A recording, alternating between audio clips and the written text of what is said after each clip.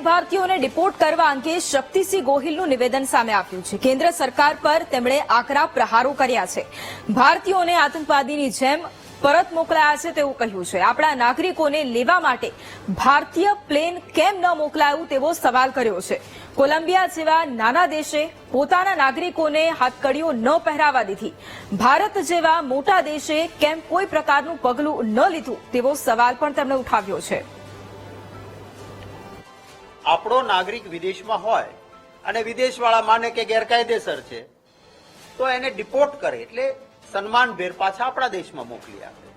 હાથમાં હાથકડીઓ, પગમાં જંજીર, મિલિટરીનું પ્લેન, આખા પ્લેનમાં એક જ લેટ્રિન અને એ રીતે જાણે કોઈ આતંકવાદીઓ હોય એ રીતે આપણા દેશના લોકોને ભારત લાવવામાં આવ્યા। એમાં સૌથી વધારે આપણા ગુજરાતીઓ હતા।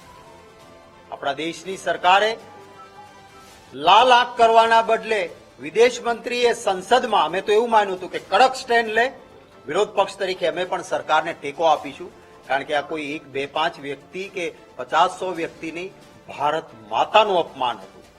પણ વિદેશ મંત્રીએ સ્ટેટમેન્ટ આપ્યું તો જાણે જે ટ્રમ્પે કર્યું છે એ બધું જ વ્યાજબી કરી દીધું હોય એવું નિવેદન આપ્યું।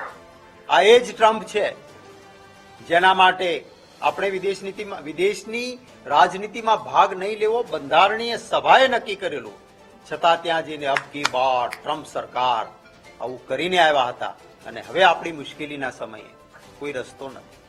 કોલંબિયા જેવો નાનો દેશ એને લાલ આંખ કરીને કહી દીધું કે ખબરદાર, અમારા એક પણ નાગરિક તમને ગેરકાયદેસર લાગતા હોય તો એને હાથકડી ના પહેરાવશો।